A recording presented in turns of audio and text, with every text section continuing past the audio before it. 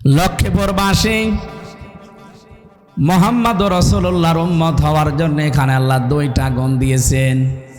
কেউ যদি কিয়ামতের দিন নবীর সুপারিশ পেতে চায়, ইয়াউমাইদিন সেই দিন লা তানফাউ নাফা ইয়ানফাউ মানে উপকার পাওয়া, এটা মোজারে বর্তমান ভবিষ্যৎ প্রেজেন্ট ফিউচার। কিয়ামতের দিন আমার জন্য আপনার জন্য নবী যদি সুপারিশ করে জান্নাতে পাঠাতে চান, ইল্লা মান আযিনা লাহুর রহমান, এক নম্বরে আমার অনুমতি থাকা লাগবে। আল্লাহ বলবেন যে যা তোরে অনুমতি দিলাম। 2 নম্বরে ওয়ারাদিয়াল্লাহু কাওলা, আমি যে কথাবার্তারা বলি এ কথার উপরও আল্লাহর রাজি থাকা লাগবে। লক্ষ্মীপুরবাসী একটু খেয়াল করেন তো, আমি যে কথা বলি আমার এই কথার উপরে আল্লাহ রাজি আছে। আমি যে জীবন তৈরি করেছি আমার প্র্যাকটিক্যাল লাইফের উপরে আল্লাহ রাজি আছে। এই 2টা শর্ত যারা মেনে চলতে পারবে কিয়ামতে তারা নবীর সুপারিশ পাবে। এখন আপনি ভাবেন আপনি এ পর্যন্ত যোগ্যতায় এসেছেন কিনা। এখন কিয়ামতে নবী যদি আপনার জন্য আল্লাহর সামনে দাঁড়ায় যে এই লোকটাকে মাফ করা লাগবে, তে আপনার তো ওই মানদণ্ডে যাওয়া লাগবে। আপনি নবীর উম্মত হওয়ার জন্য কি জীবন গঠন করলেন। ফামা বাকাত আলাইহিমুস সামাউ ওয়াল আরদু ওয়া মা কানু মুনজারিন। রব্বুল আলামিন বলেন এমনও মানুষ দুনিয়া থেকে বিদায় নেয়, ওর জন্য আকাশেও কেউ কাঁদে না, জমিনেও কেউ কাঁদে না, ইন্না লিল্লাহ পড়ে না। আমি দেখেছি এই দেশ থেকে বহু মানুষ এখন বিদায় নিচ্ছে, তাদের জন্যে আকাশ জমিন কাঁদা দূরের কথা, ইন্না লিল্লাহ কেউ পড়ছে না, খালি লেখছে আলহামদুলিল্লাহ। আমার ভাইরা, বাস্তবতায় এইটা। আমি যদি সত্যি সুপারিশের যোগ্য হয়ে না থাকি, নবীজি না তামাম পৃথিবীর সব কিছু আমার জন্য বলল, মালিক আমাকে নেবে না। এই জন্য আমি এখন থেকেই ভাবি আসলে আমি সুপারিশের যোগ্যতা অর্জন করেছি কিনা। কত কঠিন শর্ত লাগিয়েছে কোরআন সূরা তাহা, এটা 16 নম্বর পারা 18 নম্বর পৃষ্ঠার 10 নম্বর লাইনের 109 নম্বর আয়াতে আছে। তাফসিরে ফি জিলালিল কোরআন সাজ্জাদ কুতুব লিখেছেন, ইল্লা মান আযিনা লাহুর রহমান ওয়া রাদিয়া লাহু কাওলা। আমার তো মনে হয় মানুষের জীবন পরিবর্তনের জন্য পুরা কোরআন লাগবে না, এই 2টা শব্দ যথেষ্ট যদি বুঝে পড়তে পারে। আল্লাহ রাব্বুল আলামিন বলেন, ইয়া আইয়ুহাল্লাযীনা আমানু, ও হে যারা ঈমানের দাবি করো। ডাক দিয়েছেন আল্লাহ কাদের? আরো জোরে। এখানে আমরা যারা আছি সবাই কি ঈমানদার না বেঈমান? না না, আপনি আন্দাজে বললে হবে। সাহাবী প্রশ্ন করলেন, হে নবী আমার ভেতরে যে ঈমান আছে আমি টের পাবো কি করে? নবীজি বললেন, ইযা সাররাতকা হাসানাতুকা ওয়া সাআতকা সাজ্জিআতুকা ফাআনতা মুকমিন। যখন তোমার ভালো কাজগুলো তোমাকে আনন্দ দেবে আর অন্যায় কাজগুলো তোমাকে কষ্ট দেবে, ভেতর থেকে একটা বাধা আসবে, প্রতিবন্ধকতা সৃষ্টি হবে, তখন বুঝবে তোমার ঈমান আছে। বাংলার মুসলমানেরা, আমাদের সবার কাছে কি ভালো কাজ ভালো লাগে? বলেন না কেন? অন্যায় কাজ অন্যায় মনে হয়। এই যে মোবাইলের ভেতরে যাদের এমন এমন দৃশ্য আছে, সিনেমা আছে, নভেল নাটক আছে, যেগুলো নিজে দেখলে আনন্দ পান, অন্য কেউ দেখলে আপনার লজ্জা লাগে, এরকম কোনো দৃশ্য যদি থাকে এই মুহূর্তে ডিলিট করা লাগবে। যাই আছে নিজে দেখলে ভালো লাগে, অন্য কেউ দেখলে আপনার লজ্জা লাগে, শরম লাগে, এইটাই কিন্তু গুনার কাজ। কথা বলেন না কেন? এরকম কোনো দৃশ্য নেই মোবাইলে? এখনই ডিলিট করেন, তারপরে ওয়াজ শুরু করছি। তাহলে নবীজির হাদিস অনুযায়ী ঈমান আমাদের আছে কিনা এটা একটা থার্মোমিটার। যখন ভালো কাজগুলো আপনার ভালো লাগবে, অন্যায় দেখলে আপনার ভেতর থেকে একটা বাধা আসবে, কষ্ট লাগবে, তখন বুঝবেন আপনার ঈমান আছে। কি কথা বলেন না কেন? এই ঈমানদারকে আল্লাহ ডাক দিয়ে জানিয়েছেন, কোন তোমরা হয়ে যাও কাওয়ামিনা লিল্লাহ, শুহাদা বিল কিসত। এক নম্বরে তোমরা আল্লাহর জন্যে দাঁড়িয়ে যাও, সত্যের সাক্ষ্য দেওয়ার জন্যে। ন্যায় বিচার কায়েম করা এবং সত্যের সাক্ষ্য, এই দুইটার জন্য তোমরা দাঁড়াও। এ ঘোষণাকার। ও বাংলার ইমানদারেরা, দলমত নির্বিশেষে আজকে আমাদেরকে দাঁড়াতে হবে ন্যায় বিচার কায়েমের জন্যে আর সত্য সাক্ষ্য দেওয়ার জন্যে। আল্লাহ রাব্বুল আলামিন বলেন, ওয়ালা ইয়াজরিমান্নাকুম শানানু কওমিন। পরা কোরআন শরীফে যত আয়াত আমি তাফসীর পড়েছি, এইটা আমার কাছে সবচাইতে ভয়ের আয়াত। আপনি হয়তো এখনো বোঝেননি আল্লাহর বক্তব্যটা। ওয়ালা ইয়াজরিমান্নাকুম শানানু কওমিন। কোন ব্যক্তি, কোন দল, কোন গোষ্ঠী, কোন জাতি, তাদের উপরে রাগান্বিত হয়ে তাদের উপরে যেন অবিচার করবা না। হিংসার বশবর্তী হয়ে কোন ব্যক্তি, কোন পরিবার, কোন সমাজ, কোন দল, কোন জাতি, কোন গোষ্ঠী, এদের উপরে হিংসার বশবর্তী হয়ে রাগ করে কোনো অবিচার চাপিয়ে দিবা না। এ ঘোষণাকার। অথচ আমি, আমার মনে হয় এই 54 বছরে এইটাই দেখতে পাচ্ছি। একটা লোকের উপরে রাগ আছে, রাগ তুলতে গিয়ে ন্যায় বিচার না অবিচারের একেবারে সর্বশেষ জায়গায় পৌঁছিয়ে যাচ্ছে। এই আয়াতটা কিয়ামতে অনেকের বিরুদ্ধে দাঁড়াবে আমার মনে হয়। বিশেষ করে যে মহিলা নিজের রাগকে কন্ট্রোল করতে না পেরে একটা মানুষের উপরে, একটা ব্যক্তির উপরে, একটা দলের উপরে রাগ করে তাদেরকে শেষ করে দেওয়ার জন্য অবিচারের একেবারে শেষ পর্যায়ে চলে গেছে। আরে ভাই, আমার নামে যদি কেউ রাজাকারের মামলা দেয়, এটা শয়তানও বিশ্বাস করবে? ওসি আমারে ডাক দিয়ে বলছে, হুজুর আপনি আসেন না কেন? আমাদের কাছে নির্ভরযোগ্য সূত্রে খবর এসেছে যে আপনি রাজাকার। আমি বললাম যে ভাই, আপনি আমারে দেখেছেন কোনোদিন সরাসরি? বলছে না, আমি একটা হিন্দু মানুষ। তা আপনি একটা হিন্দু মানুষ, আমাকে তো দেখেননি সরাসরি, কোন কারণে এটা বলেন? বলে সকালবেলায় এসেছিল কয়েকজন জব্বার পাগড়ি মাথায় দিয়ে, তারা এসে বলল আপনি নাকি কুষ্টিয়ার চিহ্নিত রাজাকার। বললাম আমার বয়স এখন 33 বছর, আমার 92 সালে জন্ম। আমার বাবা ওই সময় হয়েছে কিনা আল্লাহ ভালো জানে। আমার বাবার মনে হয় এখন 55 বছর হবে। 55 বছরের বাবার বয়স, আমার বয়স 33, আমার মা আরো মনে হয় 4-5 বছরের ছোট হবে আমার বাবার। তাই আমার বাবারই তো ওই সময় বিয়ে হয়নি। কথা বলেন না কেন? আমার বাবার তো অন্তত ওই সময় বিয়ে হলেও আমার মায়ের ওই সময়, আমার বাবার সাথে বিয়ে না হলে আমি কিভাবে হলাম দুনিয়ায়? আপনি কি কারণে এগুলো করছেন আমাকে একটু বলেন তো। বাস আমি নিজে করতে চাইনি, আমাকে দিয়ে করাচ্ছে মাইজ ভান্ডারের কিছু লোক। মানে এবারে বুঝলাম যে হ্যাঁ, ওদের আঘাত লেগেছে কোন জায়গায়। তার কিছুদিন আমি সূরা ফুরকানের 68 নাম্বার আয়াতের একটা ব্যাখ্যা বলেছিলাম, ওটা নাকি ওদের বিরুদ্ধে গেছে। ওয়াল্লাযীনা লা ইয়াদউনা মা'আল্লাহি ইলাহান আখার। রব্বুল আলামিন বলেন সাবধান, আল্লাহকে যারা ডাকো তার সাথে অন্য কাউকে জুড়ে দিবা না। এই কথা বুঝতেছেন? আল্লাহকে যারা ডাকে তার সাথে অন্য কাউকে যারা ডাকবে, ইউদাফ লাহুল আযাব, তাদের শাস্তি ডবল হবে। কয়টা? আরো জোরে।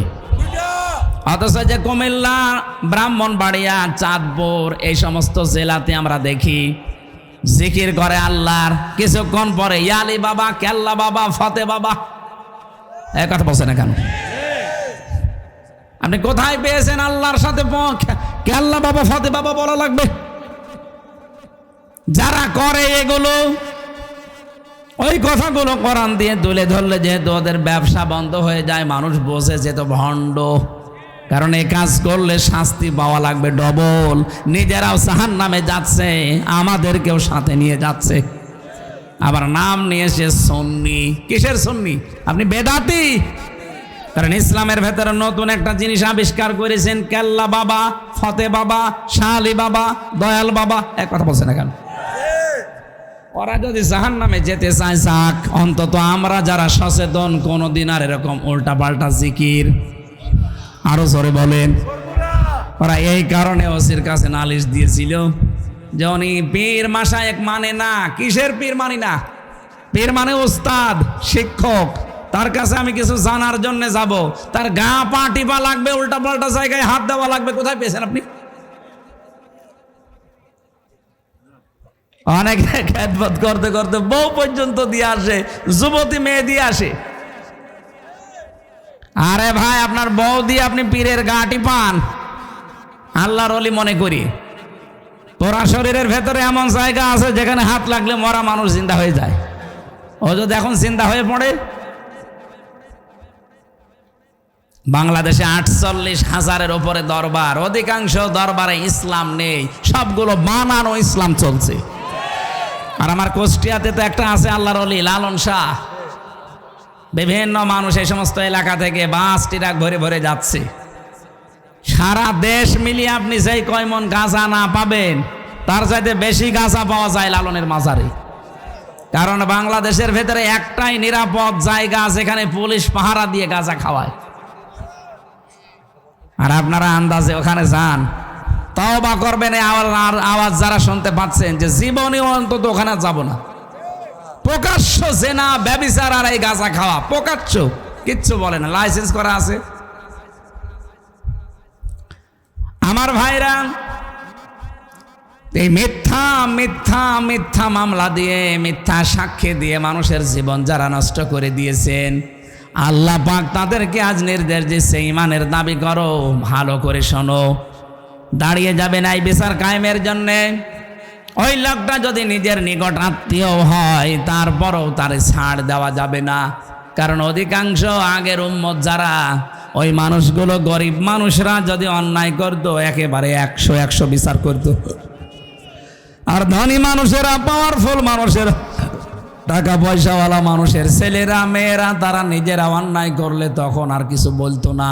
এটা ঠিক 2008 থেকে 24 পর্যন্ত এইরকমই চলেছে। যদি বিরোধী দলের কেউ কিছু করে, 5 থেকে জুন খসে 14টা মামলা হয়ে যায় তার নামে। আর নিজের দলের লোক যদি আকাশও খেয়ে ফেলে, কোনো অসুবিধা নেই। এই পাশের জেলা চাঁদপুর, এখানে সেলিম নামে এক বালু খেকো ছিল না? চাঁদপুরে না? আমার সাথে ছেলে ছিল। আমি দেখেছি লোকটার আচরণ কি। ওখানে যে মানুষগুলো কয়েদি আছে তাদেরকে পর্যন্ত পিটাতে যেত। কোথায় আছে এখন জানি না, মনে হয় বের হয়েছে, মরে গেছে। ও, গণপিটুনিতে মরেছে, আলহামদুলিল্লাহ। আচরণ খুব খারাপ, ভেতরে থাকতে জ্বালিয়েছে। আওয়ামী লীগ করতে মনে হয় না, শয়তানের ভেতরে যেও শয়তানি করিস। হ্যাঁ, আল্লাহর ওলির লোক হবে। আমার ভাইরা, আমার আয়াতের মূল কথায় যাচ্ছে, আমরা আজকে থেকে যে যা করুক, আমরা দাঁড়িয়ে যাব সত্য প্রতিষ্ঠা করার জন্যে। আরে পৃথিবীতে সব চাইতে বড় সত্য হচ্ছে আমার আল্লাহর কোরআন। এটা প্রতিষ্ঠার জন্য আপনাকে দাঁড়াতে হবে। কেউ না থাক, আমি একাই দাঁড়িয়ে যাব। এটা কার জন্য দাঁড়াবো? আল্লাহ বলেছেন লিল্লাহি, আমি আল্লাহর জন্য দাঁড়াবি। আপনি তাকান তো নবীজির জীবনের দিকে, তামাম দুনিয়া একদিকে আর বিশ্ব নবী একা একদিকে। কি কেউ গাছ পূজা, কেউ মাছ পূজা, কেউ আগুন পূজা, কেউ দুর্গা পূজা, কেউ দর্গা পূজা নিয়ে ব্যস্ত ছিল। আর নবীজি পুরা একা দাঁড়িয়ে বলেছেন লা ইলাহা ইল্লাল্লাহ, আমি কাউকে মানি না, যিনি সত্য ইলা আমি তাকে মানি। কারণ আমি দাঁড়িয়েছি কোন কওয়ামিন লিল্লাহ, আমি আল্লাহর জন্য দাঁড়িয়েছি। বাংলার মুসলমানেরা এই আয়াত আমি 100% বিশ্বাস করি। 100% আমি বিশ্বাস করে যতদিন আমি মেনে নিয়েছি, আমি দেখেছি আল্লাহ আমাকে সাহায্য করেছে। সেই 13 সালে একবার, 11 সালে একবার আমাকে গ্রেপ্তার করেছিল এই আয়াতটার কারণে। কোরআনে কারিমের আয়াত ব্যাখ্যা করছিলাম ওই সময়, ইয়া আইয়ুহার রাসূল বাল্লিগ মা উনজিলা ইলাইকা মির রাব্বিক, হে রাসূল আপনাকে আমি যা নাজিল করেছি ওটা মানুষের কাছে প্রচার করেন। আমি তো আল্লাহর আয়াতের উপরে 100% বিশ্বাস করে শুরু করেছিলাম, কিন্তু ওই সময় একেবারে ভরা যৌবন ওদের। আমার নামে মামলা দিল পুলিশের কাছে যে উনি শিবির করে, শিবিরের রক কেটে বেড়ায় ক্যাডার। এটা যে একটা ডাহা মিথ্যা কথা, আমার জীবন দিয়ে আমি প্রমাণিত। রক কাটা কারে বলে জীবনে কোনোদিন দেখি নাই, নামও শুনি নাই। অথচ ইসলামপন্থী এই মানুষগুলোর ওপরে একটা মিথ্যা তহমত দিয়ে বাংলার মানুষ থেকে এতদিন আড়াল করে রেখেছিল জালেমরা। এখন অনেকে আবার জালেমদের পক্ষ নিয়ে কথা বলছেন। এই বাংলাদেশে যদি সিগারেট বিহীন কোনো ছেলে থাকে সেটা শিবিরের ছেলে, আমি গ্যারান্টি দিচ্ছি। আপনি বলেন, এরা টেন্ডার বাজি করে না, চাঁদা বাজি করে না, সিগারেট খায় না, ডাল খায় না। বিশ্ববিদ্যালয়ে তা আমিও পড়েছি। এই মানুষগুলো সকালে উঠে দেখতাম কোরআন পড়ছে, লালন শাহ হলে আমি ছিলাম। আর অন্য দলের ছেলেদেরকে দেখেছি সকালে উঠে কলি করছে লাল পানি দিয়ে। লাল পানি বোঝেন? আমার এই চোখ দিয়ে দেখেছি মাস্টার্সে ক্লাস নিচ্ছে, মাস্টার্সে ক্লাস নিচ্ছে। এই কে কমনে তাকান আপনি? আমি ইশারা দিচ্ছি না, বললাম লাগবে না।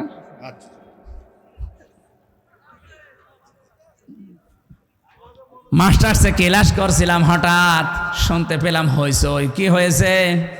পরে শুনলাম যে এক শিক্ষককে জুতা দিয়ে পিটিয়েছে মাস্টার্সের এক ছেলে। স্যার বলছে যে বাবা আমারে ছেড়ে দিয়ে, আমি জীবনে আর ক্লাসে আসবো না। বলছে না, বাংলায় উচ্চারণ করলাম না। বলছে শালা তোরি আমি মেরেই ফেলবো। পড়ে কিসে? মাস্টার্স। আমি এই চোখে এইটাও দেখেছি, শিক্ষক অজু করছে, ছাত্র পায়ে পানি ঢেলে দিচ্ছে। ছাত্র পায়ে পানি ঢেলে পরিষ্কার হয় না, নিজের হাত দিয়ে পরিষ্কার করে দিয়েছে, অথচ বয়স 7 বছর। ওইটার বয়স 26 বছর আর এটার বয়স 7 বছর। ছাত্র তো দুইটাই।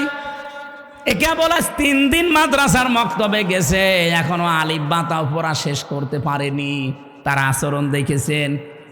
আর ওটা মাস্টার শেষ করে কালকে ডিসি হবে, এসপি হবে, টিএনও হবে, ওসি হবে। সে শিক্ষককে গালি দিয়ে পিটাচ্ছে। একটাই কারণ, এর ভেতরে কোরআন আছে আর ওর ভেতরে কোরআনের আলো নেই। এটা মানুষ হচ্ছে আর ওটা জানোয়ার অলরেডি হয়ে গেছে। রক কাটার নাম আজ মুসলমানদের, ইসলামপন্থীদের ভেতরে লাগিয়ে দিয়েছে জালেমরা। এই কারণে মানুষ যেন এদের কাছে না আসে। একটা মানুষের রক কেটে দেওয়া, এর মতো মানবতা বিরোধী অপরাধ আছে। এদের ভেতরে আমার ভিডিও আছে। আজকে আসার সময়ও দেখছিলাম, 5 আগস্টের এই দিনে একটা ছেলে হেঁটে যাচ্ছে আর একজন তরবারি নিয়ে এক কোপে তার হাতের ওপরে। দেখেন নিয়ে ভিডিওটা? আপনি বলেন তো এটা মানুষ বলা যায়? জীবিত মানুষকে আপনি কোপ দিচ্ছেন। বিশ্বজিৎ হত্যার যে মামলার আসামি প্রধান আমার সাথে জেলখানায় ছিল, আমাদের মাঝে মাঝে এসে কান্নাকাটি করত যে জীবনে ভুল করে ফেলেছি, কি করলাম। একটা হিন্দু, ও বারবার আমাকে বলছিল যে ভাই কিসের জামাত, কিসের শিবির, আমি তো মুসলমানই না। আপনার যদি বিশ্বাস না হয় আমার কাপড় খুলে দেখেন। তারপরও আমরা তাকে ছাড়ি নাই, কোপ দিয়ে শেষ করে দিয়েছি। অথচ আজ আমি কি করলাম? 30 বছর আমার জেল। কত? 30টা বছর আমার জেল খাটা লাগবে। আমার মা বাবা আমার আর খোঁজ নেয় না, আমার দলীয় লোকও কোনো পরিচয় আর নেই আমাদের সাথে। জেলখানায় একটা টাকাও কেউ পাঠায় না। মানবেতর জীবন যাপন এখন উল্টাপাল্টা করে চলা লাগে। কার ইশারায় কি করছেন আপনি? একবার 4 দেওয়ালের মাঝে যান, কোনো মহারথী আপনাকে বাঁচাবে না। এই জন্য নিজের চরকায় নিজে তেল দেন, নিজে ভালো হয়ে যান। উল্টা পাল্টা কাজ করে যদি সত্যিই ধরা পড়েন, মনে করছেন আমার অমুক বাবা আছে বাঁচাবে, কিসের বাবা? গোয়েন্দা রিপোর্ট কিন্তু খুব খারাপ আসতেছে সামনে। আমি আজকেও একেবারে সর্বোচ্চ পর্যায়ে একজনের সাথে কথা বলেছি। উনি বলছে আমরা খুব পর্যবেক্ষণে রেখেছি একেবারে সারা দেশটা, দেখতে চাচ্ছি কে কেমন কাজ করে। আপনারা যা করছেন সতর্ক করলাম, এরপরও যদি আপনি না থামেন আপনার অবস্থাও জালেমদের মতোই হবে। সত্যের সাক্ষ্য দেওয়ার জন্য যারাই দাঁড়িয়ে যায়, পৃথিবীর ইতিহাস বলছে এই মানুষগুলোর শত্রু বেড়ে যায়। আরে ভাই, আমিও যদি কোরআনে কারিমের দাওয়াত ওই সেই 13 সাল থেকে 11 সাল থেকে শুরু করতাম, বাবা কাঁদো কাঁদো, আমিও কাঁদতাম, আপনারাও কাঁদতেন, কেঁদে কেটে শেষ হয়ে যেতাম না, কিছুই হতো না। আমি কোরআন যেই দিন বুঝেছি সেদিন দেখেছি আল্লাহু ইয়াসিমুকা মিনান নাস। হে নবী, যদি কোরআনে কারিম সঠিকভাবে প্রচার করেন, বিপদ আপদ যদি আসে আমি আল্লাহ আপনাকে বাঁচাবো। ইয়াসিমু এটা মোসারে, বর্তমান ভবিষ্যৎ, প্রেজেন্ট ফিউচার, শুধু আপনাকে না, কিয়ামত পর্যন্ত, কিয়ামত পর্যন্ত এই আয়াতটা কোরআনে থাকবে। যেহেতু ভবিষ্যৎ আছে এর ভেতরে, কিয়ামত পর্যন্ত আপনার মতো বিশ্বাস নিয়ে যারা কোরআন প্রচার করবে, আল্লাহর জন্য যারা সত্যের সাক্ষ্য দেওয়ার জন্য দাঁড়িয়ে যাবে, আমি আল্লাহ নিজে তাদেরকে বাঁচাবো। আল্লাহ আমারে প্রথম ওই 11 সালেই বাঁচিয়েছেন, নাই তো ওই সময় যে গেড়া কলে ফেলে দিয়েছিল জালেমরা, আমার তো বের হওয়ারই কথা না। অথচ সেই লোকটা ছেলে দিয়েছে। আমি একেবারে এই যে কোরআন সামনে নিয়ে বলছি, তার 2টা মেয়ে তার 3 দিনের ভেতরে পালিয়ে চলে গেছে। সে এখন নিজেও পাগলের মতো। পরবর্তীতে বড় বাজারের ওই এলাকায় যেদিন গিয়েছিলাম জেল থেকে বের হয়ে, দেখি এসে বলছে যে হুজুর, এই যে সেই লোকটা যে আপনার নামে মিথ্যা মামলা দিয়ে এরকম সাজা লাগিয়েছিল, যেহেতু ক্ষমতায় আছে, দেখেন ওর অবস্থা, ওর 2টা মেয়ে পালিয়ে চলে গেছে, ওর আর মুখ নেই, ও এখন নিজেই পাগলের মতো, ওর বউর মাথাও খারাপ হয়ে গেছে ওই মেয়েদের শোকে।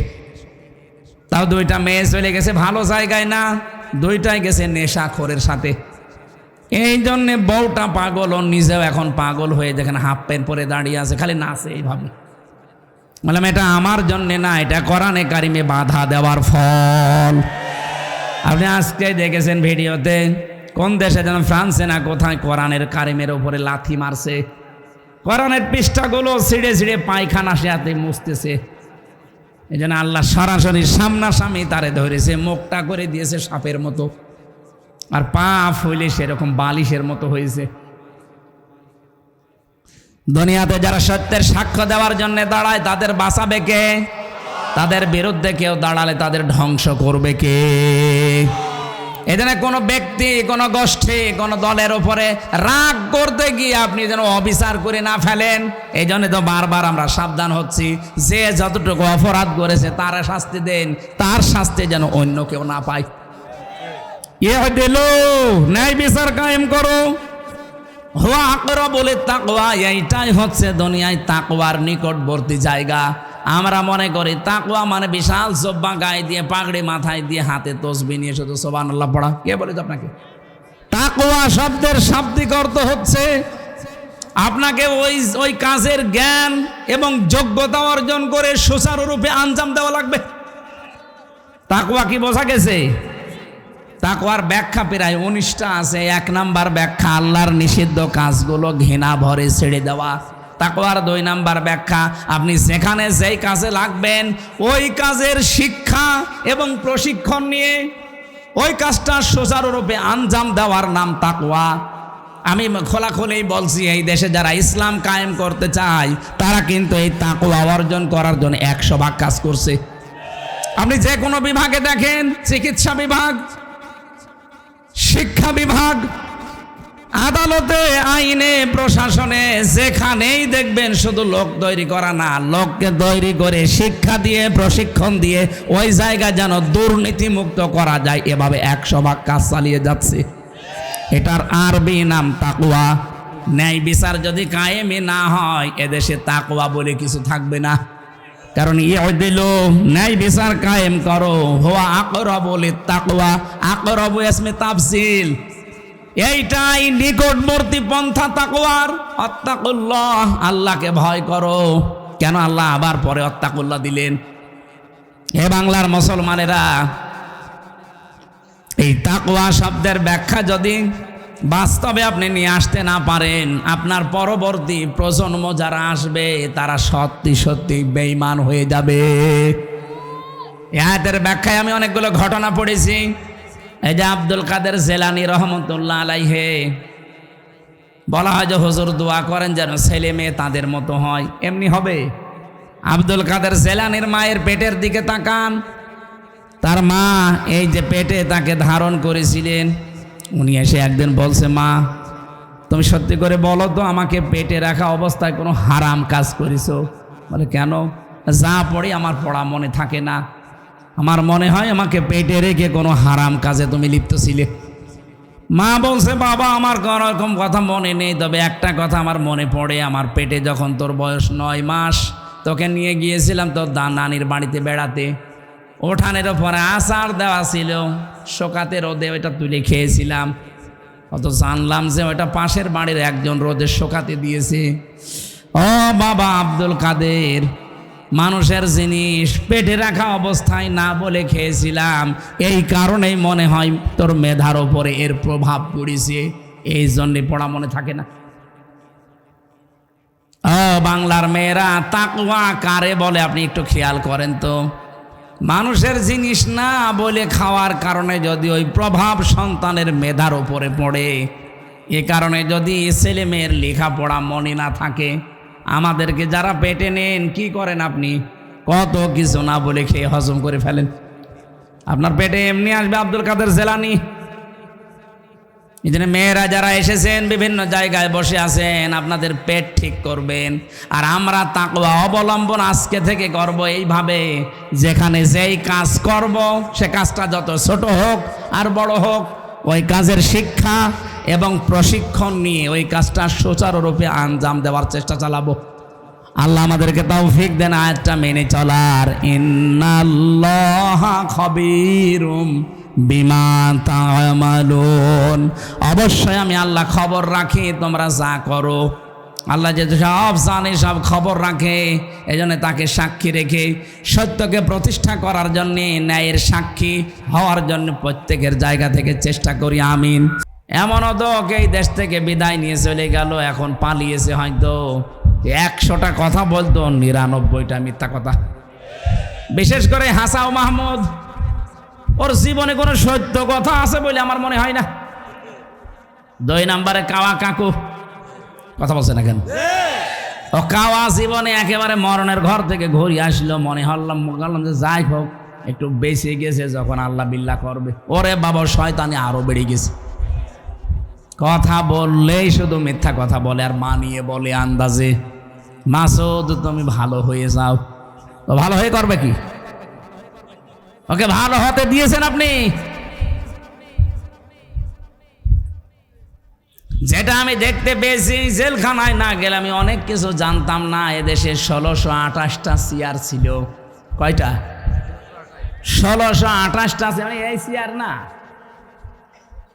ওই যে ওই সমস্ত চেয়ারগুলো যেগুলোতে দেশ চালানো যায়, এই 1628টা চেয়ার যতদিন পর্যন্ত ভালো না হবে, এদের কথাবার্তারা যখন লাইন মতো না আসবে, ততদিন এই দেশ শান্ত হবে না। এখন যদিও হালকা পাতলা লাইনে আসতেছে, এখনো পুরাটা আসেনি। আমরা চাই এই 1628টা চেয়ারে যাদেরকেই বসাবেন, তাদের চরিত্র যেন হযরতে আবু বকরের মতো হয়। এ দেশটা এমনি দাঁড়িয়ে যাবে। কি করেছিলেন তার জীবন থেকে 2 মিনিট বলি। হযরতে আবু বকর সিদ্দিক, তিনিও রাষ্ট্রের দায়িত্বে ছিলেন। তার স্ত্রী একদিন ডাক দিয়ে বলছে, স্বামী ছেলে পায়েস খেতে চেয়েছে, ঘরে তো ওই রকম কিছু নেই, এক কাজ করেন, অর্থমন্ত্রীর দায়িত্বে যিনি আছেন বাইতুল মালে, তাকে বলেন আগামী মাসের বেতন যেন আমাদেরকে দিয়ে দেয় অ্যাডভান্স। তিনি বললেন ঠিক আছে। অর্থমন্ত্রীকে বলেন, দেখো আগামী মাসের বেতন আমার লাগবে, অ্যাডভান্স দিয়ে দাও, সামনে মাসে আমার দেওয়া লাগবে না। অর্থমন্ত্রী ওই রকম, উনি ডাক দিলেন, খলিফা আপনি যে আগামী মাস পর্যন্ত বাঁচবেন সেটা লিখে দেন, আর আগামী মাস পর্যন্ত জনগণ আপনাকে চেয়ারে বসিয়ে রাখবে, ওইটার গ্যারান্টি দেন। আপনাকে যে আমি আন্দাজে আগামী মাসের বেতন দেব, আমি কোন কারণে দেব? এরকম কথা যদি এই ডাইনির সামনে কেউ বলতো, ওর কল্লা থাকতো। কথা বলেন না কেন? বাড়িতে চলে গেলেন, স্ত্রীকে বলে না, যে উদ্দেশ্যে গিয়েছিলাম পাইনি, যেভাবে আছে এভাবে চলো, পায়েস খাওয়া লাগবে না। কি মনে করেন আপনি এটা প্রেসিডেন্টের ছেলে পায়েস খাবে, টাকা নেই? আমি নবীর উম্মত হওয়ার জন্য আমি সহ যারা আসলাম, আমাদের যোগ্যতা যেন ওই পর্যায়ে যায়, নবী যেন আমাদের দিকে দেখেই বুঝতে পারে না এটা আমার উম্মত ছিল। আল্লাহ আমাদেরকে কবুল করুন, আমিন। আমরা আজকে তেলাওয়াতকৃত আয়াত সূরা মায়েদার 8 এবং 9, এই দুইটা আয়াতের সাবজেক্ট হচ্ছে ন্যায় বিচার। কি বিচার? আমরা কোরআনে কারিম থেকে তাফসীর আকারে কথা শুনতে চাচ্ছি। সূরা মায়েদা 120টা আয়াত আছে, 16টা রুকু আছে। আমরা পড়েছি মাত্র 2টা আয়াত, এক আয়াতের তাফসীর করব, 8 নম্বর আয়াতের। আমার বিষয় কি বললাম? বলেন। কিয়ামতের ওই কঠিন ময়দানে কোনো নামাজিকে, কোনো রোজাদারকে, কোনো দানশীলকে, কোনো পর্দাওয়ালা মহিলাকে আল্লাহ আরশের ছায়ায় স্থান দেবে, বলেন না? বলেছে ওই মানুষকে আমি স্থান দেব যে দুনিয়ায় ন্যায় বিচার কায়েম করতে পারে। এটা শুধু রাষ্ট্রের বিষয় না, ব্যক্তিগত জীবন থেকে শুরু করে আমরা একেবারে আন্তর্জাতিক জীবন পর্যন্ত পুরা কোরআন দিয়ে মিলাতে চাই। এই চলে যাচ্ছেন মানে? আমার এখানে বসিয়ে রেখে চলে যাচ্ছেন কেন? প্রসাব পায়খানা আর বিড়ি খাওয়ার নেশা লাগলে যাবেন না, অনেকে আবার নেশা আছে। আপনাদের চট্টগ্রাম বিভাগ না এটা? এই বিভাগের জন্য তো আবার বিড়ির মাসলা আলাদা। এই এলাকার ইমামও বিড়ি খায়, যদিও এখানকার নাই, চট্টগ্রামে আমি পেয়েছি। হ্যাঁ, হালি শহরে আমি নিজে দেখেছি ইমাম সাহেব বিড়ি খাচ্ছি। কে ভাই বসো, অসুবিধা নেই, মা করুন। সিলেটে আরো বেশি খায়, কিন্তু আমাদের খুলনা বিভাগে বাড়ি, আমার খুলনা বরিশাল, এই দুই বিভাগের মানুষ বিড়ি না। ইমাম সাহেব, মুয়াজ্জিন সাহেব, খাদেম, রাস্তা মসজিদ ঝাড়ু দেয়, সেও যদি বিড়িখোর হয় তারও রাখবে না। আপনাদের যেহেতু এলাকায় এগুলো নেশা আছে, এই এলাকায় বিড়ি তো তৈরি হয় না, না এগুলো হয় সব কুষ্টিয়ায়, যশোর, কুষ্টিয়া, কুড়িগ্রাম, এই সমস্ত জেলায় তৈরি হয়। ওগুলো সব সাপ্লাই দিয়ে আসে। কি দিয়ে বানায় দেখেছেন? তামাক। সবচাইতে বেশি চাষ হয় কুষ্টিয়া, চুয়াডাঙ্গায়। এগুলো সব ফেলে রাখে রোদে, কুকুরে, শ্রীগালে, বিড়ালে প্রসাব করে, পায়খানা করে, রোদে ঝাড়া দিয়ে প্যাকেট করে পাঠিয়ে দেয়। যতই ঝাড়া দিক মাল মশলা কিন্তু লেগে থাকে। এক কথা বলছে না কেন? ওইটা এই করে আপনারা খান, শোক টান যতই দিন, ভেতরের অবস্থা তো ভালো না। বিড়ি খাওয়াটা ছেড়ে দিন ভাই, যদি পারেন ছেড়ে দিন। 22,000 কোটি টাকা, 22,000 কোটি টাকা লস হয়ে যাচ্ছে শুধু আগুনে পুড়ে পুড়ে। আরো 5টা ক্ষতি হয় বিড়ি খেলে। আমি তো বিড়ি খাওয়ার ওয়াজ করছি না, এটা নিষেধ করার জন্য। ওয়ালা তুলকু বিআইদিকুম ইলা তাহলুকা, নিজেদেরকে নিজেরা ধ্বংস করে দিও না, এটা আত্মহত্যার শামিল। মানুষ মনে করে বিড়ি খেলে আর কি, কয়েকটা জিনিস নষ্ট হয়ে যায় ভেতরে। আর আপনাকে আল্লাহ যা দিয়েছেন এগুলো সব আল্লাহর পক্ষ থেকে আমানত। একটা জিনিস আপনি নষ্ট করতে পারবেন না ইচ্ছা করে, কথা বলেন না কেন? সুতরাং এটা যারা খাচ্ছেন ছেড়ে দেবেন। আর যদি খুব বেশি নেশা লাগে, আজকের মতো খান, খেয়ে আবার তাড়াতাড়ি চলে আসবেন দেখলেন, ইনশাআল্লাহ বলছে, তার মানে এরা খাবে। এবার আমরা কোরআনে যাচ্ছি। নেন, লক্ষ্মীপুরবাসী, বিএনপি যারা করেন তাদেরকে আমি আহ্বান জানাচ্ছি, আপনার চরিত্র জিয়াউর রহমানের মতো তৈরি করেন। ভাঙ্গা বাক্স, একটা প্রেসিডেন্ট, আপনি কোথায় আছেন? কার আদর্শ মেনে আপনি রাজনীতি করেন? আমি তো কিছু বুঝি না। আমার সাথে তো তারেক জিয়া সাহেবের পিএস ছিল 3 বছর আমার পাশে, তার বন্ধ ছিল গিয়াসউদ্দিন মামুন, আজ 14 বছর জেলে। বাতিলের রসানলে পড়ে এই মানুষগুলো, যুবক মানুষ, কতদিন পর্যন্ত পড়ে আছে জেলখানায়। যাদেরকে যে মামলা দিয়েছিল আমি দেখেছিলাম জামিন যোগ্য সব, কিন্তু ওই ডাইনির কারণে আমরা কেউ জামিন পাইনি, খালি লাল দাগ মারা ছিল।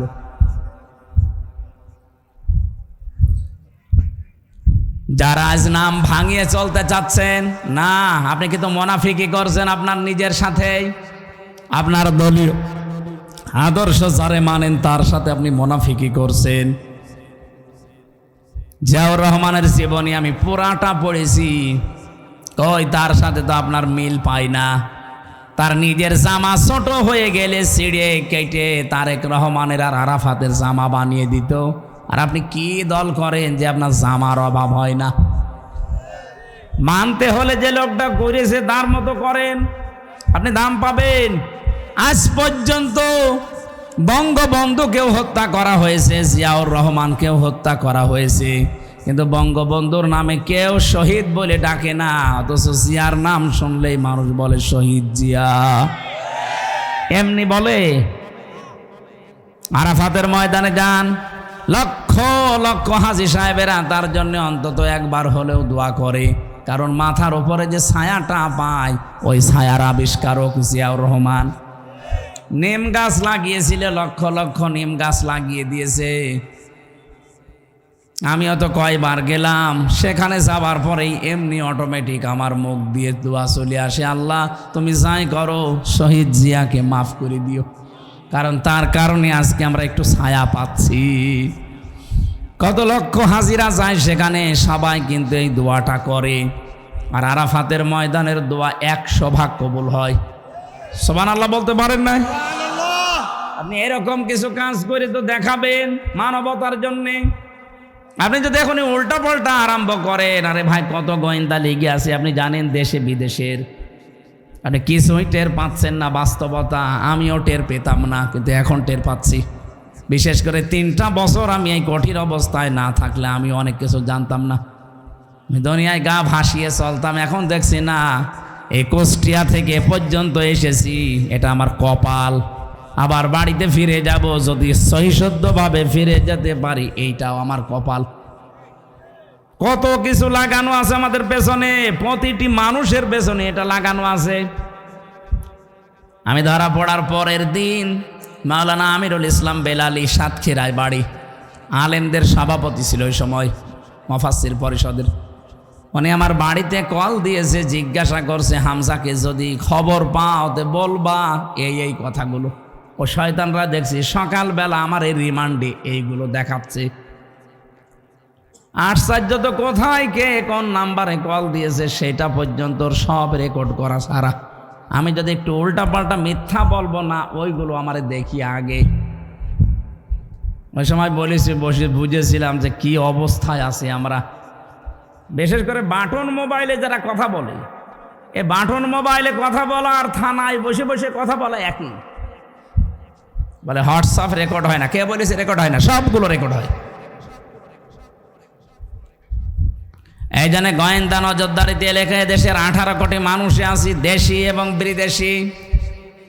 তাম দুনিয়ায় যে ভয়েস অফ আমেরিকা, মাইক্রোসফট, এগুলো সব খ্রিস্টানরা আর ইহুদিরা চালায়। আপনি দেখেছেন কি কি রিপোর্ট এখন বের করছে। ভারত এতদিন আমাদের পেছনে মিথ্যা তথ্য ছড়িয়েছে, প্রপাগান্ডা চালিয়েছে যে বাংলাদেশের সংখ্যালঘু নির্যাতন হয়, এটা দাহা মিথ্যা কথা। পৃথিবীতে এখন 257টা দেশ আছে, সবচাইতে বেশি সংখ্যালঘু নির্যাতনের তালিকায় আছে ভারত। আর যত মিথ্যা তথ্য ছড়ানো 1 নাম্বারের তালিকায় ভয়েস অফ আমেরিকা দিয়েছে, এটাও ভারত। দেখেননি মলম সাংবাদিক এই হকার এরকম মিথ্যা কথা বলে। 3 দিন আগে পঞ্চগড় এবং মাগুরা থেকে 2 জন মহিলা গেছে তাদের হাতের চিকিৎসা করাবে। ওই মলমের ভাই আছে আর একজন বলছে, আপনি বলেন যে বাংলাদেশে আপনার মেয়েকে রেপ করা হয়েছে, ওই দেশে পূজা পার্বণ করা যাচ্ছে না, আমরা পালিয়ে চলে এসেছি, আপনি এটা বলেন, আমরা বিশ্ব মিডিয়ায় ছড়িয়ে দেই। মেয়েটা ওই রকম ডাক দিয়ে বলছে, কি বলেন আপনি? আগস্টের 5 তারিখের পর থেকে আজকের এই দিন পর্যন্ত সব চাইতে বড় নিরাপদে আছি আমরা হিন্দুরা। আর আমার মেয়েকে রেপ করা হয়েছে মানে মেয়েকে আমি নিয়ে এসেছি হাতের চিকিৎসা করার জন্য। কি মিথ্যা তথ্য ছড়ান আপনারা! আপনাদের কারণে আমাদের হিন্দুদের বদনাম হয়ে যাচ্ছে। তাম দুনিয়া এখন কিন্তু সব বুঝে ফেলেছে, এজন্য সাবধান হবেন। ডোনাল্ড ট্রাম্প এটা মাত্র 7 দিন আগে একটা হুমকি অলরেডি দিয়ে দিয়েছে। কি কথা কিছু বোঝেন? কারণ দুইজন খ্রিস্টান যুবতী মেয়েকে ভারতের মাটিতে উলঙ্গ করে হাঁটিয়েছেন এই উগ্রপন্থী হিন্দুরা। ডোনাল্ড ট্রাম্প একজন খ্রিস্টান, সে চাঁতে মাতাল হলো, তাহলে ঠিক আছে, তার কিন্তু ইগোতে লেগেছে। সে অলরেডি ঘোষণা দিয়েছে জানুয়ারির 20 তারিখে আমার শপথ। শপথটা নেওয়ার পরে দেখেন আমার মেয়েকে, আমার বোনকে, আমার মাকে যারা উলঙ্গ করে ঘুরিয়েছে রাস্তায় বিশ্ব রোডে, আমি তাদেরকে ছাড় দেব না। 16 লাখ ভারতীয় আছে, এগুলো সব ফেরত পাঠাবো। আমার মনে হয় দাদার এখন ধুতি খুলে যাবে। ওরা আমাদের চট্টগ্রাম নিয়ে নেবে, ওর নিজের দেশ এখন দেখ কি হয়। এমনি বর্ডারে আলু আর পেঁয়াজ পয়সে যাচ্ছে, এক কথা বলেন না কেন? তামাম দুনিয়া এখন প্রচার হচ্ছে যে সবচাইতে বেশি মিথ্যা কথা বলে ভারত। নেন ঠেলা সামলান। আপনার চীনের সাথে আপনার মিল নেই, পাকিস্তানের সাথে সাপে নেওয়ালে সম্পর্ক, আফগান আপনাদেরকে দেখতে পারে না, মায়ানমার দেখতে পারে না, এই যে ভুটান দেখতে পারে না, মালদ্বীপ দেখতে পারে না, শ্রীলঙ্কা দেখতে পারে না। বাংলাদেশের সাথে হালকা মিল ছিল কন্যা যতদিন ছিল, কন্যা নেই আর মিল। কন্যা তো চলে গেছে স্বামী স্ত্রীর সম্পর্ক বলে, কিন্তু ওনার সাথে তো কন্যার বিয়ে জায়েজ নেই। কথা বলে না কেন? উনি একজন মুশরিক না, উনি কি মুসলমান? আর ওনার মুসলমানি দেওয়া আছে, মুসলমানি দেওয়া নেই, ওনার সাথে আমরা মেয়ে বিয়ে দেবো কোন কারণে? আর দাদার এখন যা বয়স, এ বয়সে যদি মুসলমানি দিতে চায়, ওই পাকা সওয়ালের মুসলমানি দেবে কোন হাজাম? যে হাজাম মুসলমানি দিতে যাবে, আগা কেটে যে গোড়া কেটে বাদ দিয়ে দেবে, সাতা ওর বিয়ে করার স্বাদ মিটে যাবে। আপনার চট্টগ্রাম নিয়ে নেবেন। আমিরে জামাত ডক্টর শফিকুর রহমান হাফিজাহুল্লাহ ঘোষণা দিয়েছেন না, এদেশের চট্টগ্রাম না, 1 ইঞ্চি না, হাফ ইঞ্চি জমিনের দিকে নিয়ে নেওয়া তো দূরের কথা, যদি কেউ চোখ তুলে তাকায় তার চোখ উপড়িয়ে ফেলা হবে ইনশাআল্লাহ।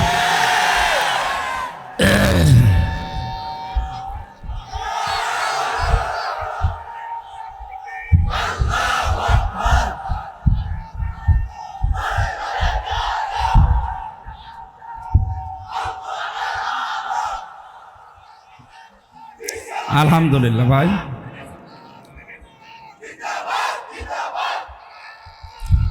এই কথা বলতে দিন, সময় এমনিতেই চলে যাচ্ছে, কথা বলতে দিন। এটা আর আগস্টের 5 তারিখের আগে নেই, এ দেশ পাল্টিয়ে গেছে। এখন চলছে ডিসেম্বরের 30 তারিখ, কালকে রাতের পরে আমাদের শুরু হবে নতুন বছর। কিন্তু আমরা একটা সাবধান বাণী উচ্চারণ করছি। কুষ্টিয়াতে আজকে মাইকিং হয়েছে যে খ্রিস্টানদের দেওয়া, হিন্দুদের দেওয়া এই 31st নাইট উদযাপন করা মুসলমানের দেশে চলবে না। কুষ্টিয়াতে এমনি একটা সাংস্কৃতিক রাজধানী, সেখানে যদি ঘোষণা আসতে পারে এই নোয়াখালী, কুমিল্লা, ফেনী, চাঁদপুর, লক্ষ্মীপুর, এটা তো মুসলমানের আঁকড়া, আলেমদের জেলা এগুলো, আমরা সারা দেশে তাই জানি যে এটা আলেমদের শহর। এই কথা বলেন না কেন? আপনারাও নিষিদ্ধ করে দেবেন এই জেলায় যেন এই খ্রিস্টানদের কালচার পালন না হয়। অনেক যুবক কিন্তু এটা পালন করার জন্য টাকা পয়সা অনেকে গুছিয়েছে, ফুল দেবে প্রেমিকাকে। কিসের প্রেমিকা? বিয়ের আগে প্রেম করা জায়েজ আছে, খালি ফুল দেওয়া জায়েজ আছে। 31st নাইট এটা হিন্দুদের, খ্রিস্টানদের কালচার। আজকে তওবা করেন না, যা করেছিলাম আর সামনে কোনোদিন করব না। এই 4-5 জেলার তো আমার ধারণায় আসে না। আমরা এখান থেকে ইসলাম নিয়ে আমরা পালন করি। সারা বাংলাদেশের 64 জেলা জানে, কুমিল্লা, নোয়াখালী, ফেনী, চাঁদপুর আর লক্ষ্মীপুর, এই 4-5টা জেলা আলেমদের শহর, এখানে ইসলামের চর্চা বেশি হয়। ইসলাম কোন ইসলাম? এটা 31st নাইট পালন করা। ওদিন যদি পালন করতেই হয় রাত 12টার পরে তাহাজ্জুদে দাঁড়াবেন, অন্তত 4 রাকাত, 8 রাকাত, 12 রাকাত তাহাজ্জুদ পড়ে কঠিন একটা সেজদায় পড়ে থাকবেন আধা ঘন্টা 1 ঘন্টা। বলবেন আল্লাহ বিগত জীবনে যাই করেছি অন্তত সামনের বছরটা আমি তোমার পথে চলতে চাই। এইটা 31st নাইট এইভাবে পালন করা যাবে না। ঠিক আছে, আলহামদুলিল্লাহ।